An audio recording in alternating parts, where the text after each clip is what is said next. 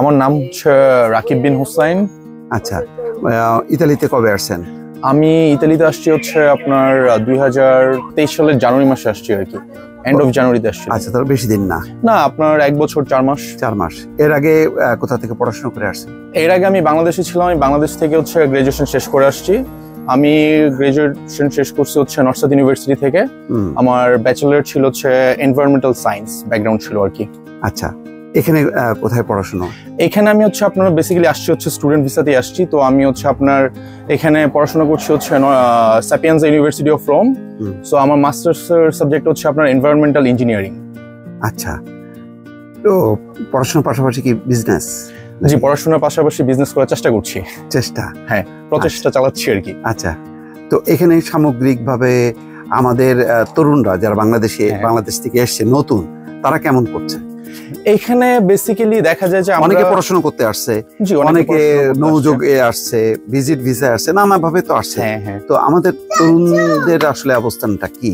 আমাদের অ্যাকচুয়ালি বিষয়টা হচ্ছে এখানে মানে আমার আসলে এতটা ধারণা নাই যে যারা নৌযোগে আসতেছে তাদের বিষয়টা, ওটা রনি ভালো বলতে পারবে। কিন্তু স্টুডেন্টদের বিষয়টা যেটা হচ্ছে, আমি এখানে যখন আসছি তো আমার কিছু ফ্রেন্ড হয়েছে এখানে আসার পরে, কিছু পরিচিত ছিল বাংলাদেশ থেকে, ওনারা যখন আসছে ইতালিতে, সে বেসিক্যালি যেটা প্রবলেম ফেস করছে যে এখানে আসার পরে জব সেক্টরটা ওনারা মানে কোপ আপ করতে কষ্ট হচ্ছে আর কি। কারণ ধরেন যে ল্যাঙ্গুয়েজ ব্যারিয়ার, এখানে আসার পরে হচ্ছে চাইলেই কেউ ইতালিয়ান ল্যাঙ্গুয়েজ শিখাটা এত ইজি না। মানে রনি একজন টিচার, সে ভালো বলতে পারবে যে ইতালিয়ান ল্যাঙ্গুয়েজ শেখানো একজনের পক্ষে কতটা টাফ, মানে চাইলেই একজন শিখতে পারে না। তো সেই ক্ষেত্রে দেখা যায় যে আপনার প্রথমে জবে এন্ট্রি করতে বা এখানে আপনার লিভিং এক্সপেন্স এগুলো ম্যানেজ করতে আর কি একটু টাফ হয়ে যায়। এছাড়া সার্বিকভাবে ওভারঅল ফাইন। মানে পড়াশোনার ক্ষেত্রে যদি বলি, মানে অলমোস্ট আমাদের ইন্টারন্যাশনাল স্টুডেন্টদের জন্য হচ্ছে এগুলো ফ্রি, পুরোপুরি ফ্রি থাকে আর কি ইউনিভার্সিটিতে। জাস্ট আমাদেরকে হচ্ছে আপনার এনরোলমেন্ট ফি পে করতে হয়, যেটা ইয়ারলি হচ্ছে ধরেন, যেটা আমি পে করছি এটা ইয়ারলি 260 ইউরোস ছিল 1 বছরের জন্য আর কি। তো এডুকেশনাল এক্সপেন্স এত বেশি না, বাট এখানে আসার পর জব ম্যানেজ করা একটু ডিফিকাল্ট হয় আর কি স্টুডেন্টের জন্য। আচ্ছা, তাহলে টিকে থাকার জন্য আমাদের স্টুডেন্টরা কি করে এবং তাদের সংখ্যা কি খুব বেশি? না, খুব বেশি যে তা না। আপনি দেখা যায় যে অনেকেই আসে পুরো ইতালি জুড়ে আমাদের বাংলাদেশি স্টুডেন্ট আছে। তো সেই ক্ষেত্রে সবাই যে আপনার মনে করেন কেউ আসছে মিলানে, কেউ আবার অনেক ছোট ছোট শহরে আসে, যেমন মেসিনা, তুরিনো, ওইগুলোতে আসে।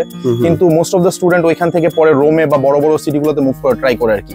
কারণ বড় সিটিগুলোতে হচ্ছে স্টুডেন্টদের জন্য সবথেকে কনভিনিয়েন্ট জব হচ্ছে আপনার ডেলিভারি করা আর কি, ফুড ডেলিভারি করা। আচ্ছা আচ্ছা। তো ফুড ডেলিভারি করার জন্য দেখা যায় যে বড় শহরগুলো সব থেকে কনভিনিয়েন্ট হয়। সেই ক্ষেত্রে রোম একটা বড় চয়েস থাকে স্টুডেন্টদের। তো মোস্টলি স্টুডেন্টরা ট্রাই করে যে আসার পরে বড় শহরগুলোতে সুইচ করার জন্য আর কি।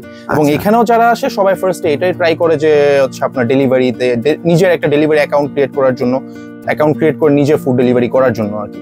এতে করে দেখা যায় যে মান্থলি আপনার যে ডেইলি যদি কেউ 3 ঘন্টা 4 ঘন্টা কাজ করে, তো সেই ক্ষেত্রে সে 1000 ইউরো বা প্লাস মাইনাস হতে পারে। তো এর পরিমাণ টাকা সে ইনকাম করতে পারে আর কি, যেটা অ্যাকচুয়ালি ইতালিতে টিকে থাকার জন্য মোর দেন এনাফ। তো মোটামুটি কি ইতালিতে পড়াশোনার এটা কি সিস্টেমটা কেমন মনে হয়? সহজ? মানে না, পড়াশোনার সিস্টেম তো আসলে কোনো জায়গাতেই সহজ না। ভর্তি হওয়াটা ইন্টারন্যাশনাল স্টুডেন্টদের জন্য এটা আপনার সব দেশে সেম প্রসিডিউর। আপনি ইতালি বলেন, ইউএসএ বলেন, ইউকে বলেন, হোয়াটএভার আপনি ওয়ার্ল্ডের যেখানে ইন্টারন্যাশনাল স্টুডেন্ট হিসেবে যাইতে চান, আপনাকে সেম প্রসিডিউর ফলো করে যাইতে হবে। এখানে আসলে আপনার অন্য কোনো ওয়ে নাই, মানে ইতালি সহজ অন্য জায়গায় কঠিন এরকম কিছু না। আচ্ছা আচ্ছা, অলমোস্ট সব জায়গাতেই সেম। আমাদের কমিউনিটির সহযোগিতা কেমন এখানে? বাংলাদেশিদের তরুণদের বা যারা আছে কেমন সহযোগিতা মনে হচ্ছে? না, এখানে অ্যাকচুয়ালি আমি হচ্ছে আপনার এভাবে বলতে পারবো না কমিউনিটি ইনভলভমেন্ট, কারণ আমার নিজের এইভাবে সবার সাথে এখনো ইনভলভমেন্টটা হয় নাই। কারণ আমি আসছি আপনার 1 বছর 4 মাস হয়েছে। তো সেই ক্ষেত্রে আপনার ইনভলভমেন্ট না হওয়াটাই খুবই নর্মাল। যারা ধরেন যে 5 বছর 7 বছর যাবত আছে, ওনারা এটা ভালো করে বলতে পারবেন আর কি, যে কমিউনিটি ইনভলভমেন্ট বা কমিউনিটি আমাদের কিভাবে হেল্প করছে, এটা ওনারা ভালো বলতে পারবে। অ্যাকচুয়ালি আমি এই ব্যাপারে আপনাকে প্রপার আইডিয়াটা দিতে পারবো না আর কি। আচ্ছা আচ্ছা, বুঝতে পারছি। ওকে, থ্যাংক ইউ। জি, ভাইয়ের পুরো নামটা বলেন। আমার নাম হচ্ছে রনি হুসাইন। আচ্ছা, আপনার কতদিন? আমি এখানে প্রায় 10 বছর হয়েছে ইতালিতে আছি। 10 বছর, তুলনামূলকভাবে আপনি পুরনো। জি, বলতে পারে। এই যে 10 বছরের জীবনে আমাদের এখানে সোসাইটি কেমন বা আপনার নিজের কিভাবে লাইফ স্ট্রাগলটা কেমন একটু জানান। আসলে এখানে 10 বছর হয়েছে আর কি। যখন আমি এখানে আসার পরে এখানকার অবস্থাটা আসলে খুবই করুণ ছিল এখনকার তুলনাতে। কখন ইতালিতে জব ক্রাইসিস ছিল এবং বেশিরভাগ বাঙালিতে যেটা দেখতাম আর কি, ইটালিয়ান ভাষা শেখার প্রতি তাদের প্রচেষ্টাটা খুব কম ছিল আর কি, এবং তারা সঠিক গাইডলাইন পেত না, এই জন্য হয়তো তারা শিখতে চেত না, এই জন্য তারা ভালো কিছু করতে পারতো না এখানে আর কি। তো এখানে আসার পরে আমার কাছে যেটা মনে হয়েছে যে এখানে যদি ভালো কিছু করতে চাই তাহলে অবশ্যই আমাকে এখানকার ইটালিয়ান ভাষাটা ভালো করে শিখতে হবে, এখানকার কালচারটাকে অ্যাডপ্ট করতে হবে, তাহলে হয়তো বা আমি আমার নিজের জন্য কিছু করতে পারবো এবং কমিউনিটির জন্য অন্যান্য যারা নতুন আসবে নিউ কামার্স তাদের জন্য ভালো কিছু করতে পারবো। তো সেই প্রেক্ষাপটে এখানে আসার পরে আমি আসলে এখানে পড়াশোনা করি, ইটালিয়ান ভাষার যে ম্যাক্সিমাম লেভেলটা আছে C2 লেভেল পর্যন্ত সেখানে পড়াশোনা করি, এবং এখানকার যে ইউনিভার্সিটি আছে ইউনিভার্সিটি অফ রোম থেকে সেখানে পড়াশোনা করেছি, ব্যাচেলর করেছি ইকোনমিক্স অ্যান্ড ফাইন্যান্সে। তারপর ইটালিতে যে বাংলাদেশিরা আছে আর কি তাদেরকে ইটালিয়ান কালচারের মধ্যে হচ্ছে অন্তর্ভুক্ত করার জন্য এবং তাদেরকে ইটালিয়ান ভাষা শেখানোর জন্য আমি যেহেতু বাংলাদেশ থেকে এখানে এসে ইটালিয়ান ভাষাটা শিখেছি, তো আমরা খুব সুন্দরভাবে জানি যে আসলে আমরা কি ধরনের সমস্যাগুলো ফেস করি।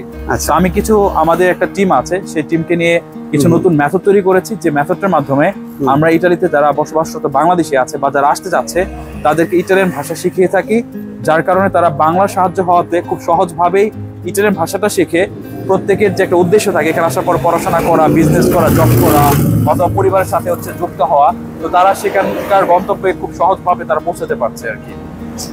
আচ্ছা, তো এটা আপনাকে মনে হয় যে যারা মোটামুটি এখানে এসে পড়াশোনা করে তাদের এস্টাবলিশমেন্টটা অনেক সহজ হয়ে যায়? সেটা খুবই মানে বাস্তব একটা কথা বলেছেন, কারণ ইটালিতে কিন্তু আমাদের জন্য হচ্ছে নতুন একটা দেশ, নতুন একটা কালচার।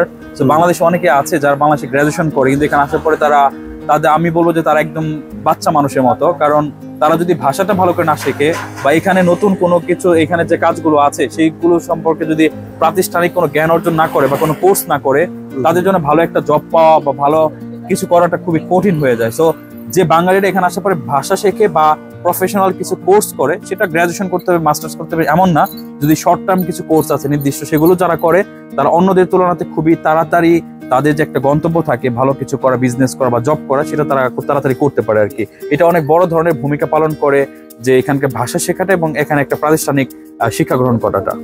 আপনি বলছিলেন যে এখানকার যেহেতু আপনি পড়াশোনা করছেন 10 বছর আছেন অভিজ্ঞতার বিনিময়ে, এবং বাংলাদেশিদের মানে কোনটা সমস্যা এবং মেইনলি যে ভাষাগত বিষয়টা এটার জন্য সহযোগিতা করছেন তাদের স্কিলটা ডেভেলপমেন্টের জন্য।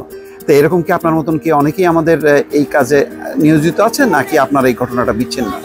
আলো, আমাদের এইখানে আমি যখন নতুন ইটালিতে আছি তখন আসলে আমরাই প্রথম ছিলাম, তো আমাদের সাথে আরো অনেক বলবো না, আরো কয়েকজন বাংলাদেশি ভাই বোনেরা আছে তারা এগিয়ে এসেছে, কারণ আমাদের কমিউনিটিটা কিন্তু আসলে অনেক বড় আর কি। এখানে প্রায় 3 লক্ষ বেশি প্রবাসী বাংলাদেশিরা আমি এটাতে বসবাস করি।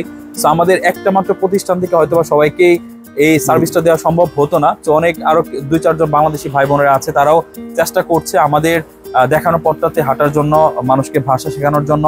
এবং এছাড়াও এখানে আপনি জেনে থাকবেন যে ইটালির ড্রাইভিং লাইসেন্স বা ইউরোপের ড্রাইভিং লাইসেন্স নেওয়াটা কিন্তু খুবই কঠিন বা কষ্টসাধ্য একটা ব্যাপার মনে হতো আগে, তবে বাংলাদেশি ভাইদের সহযোগিতাতে এটাও এখন অনেকটা সহজ হয়ে গেছে বাংলার সাহায্যে ক্লাসগুলো করানোর কারণে আর কি। তো এরকম ভাবে ধীরে ধীরে অনেক ধরনের কোর্সের আয়োজন সবাই মিলে করতে যাচ্ছে আর কি, যেটা আমাদেরকে অনেক সহযোগিতা করছে। আপনারও তো আগমন এখানে স্টুডেন্ট ভিসায়? জি, স্টুডেন্ট ভিসা। জি। আচ্ছা, বাংলাদেশে কোন বিষয়ে পড়াশোনা করছেন? আমি বাংলাদেশ ইন্টারমিডিয়েট করেছিলাম আর কি, কমার্সে আর কি। আচ্ছা, তারপরে এখানে এসে ইউনিভার্সিটিতে ভর্তি? জি, গ্রাজুয়েশন কোন সাবজেক্টে? আমি ইকোনমিক্স এন্ড ফাইন্যান্স আর কি, ইউনিভার্সিটি অফ রোম থেকে।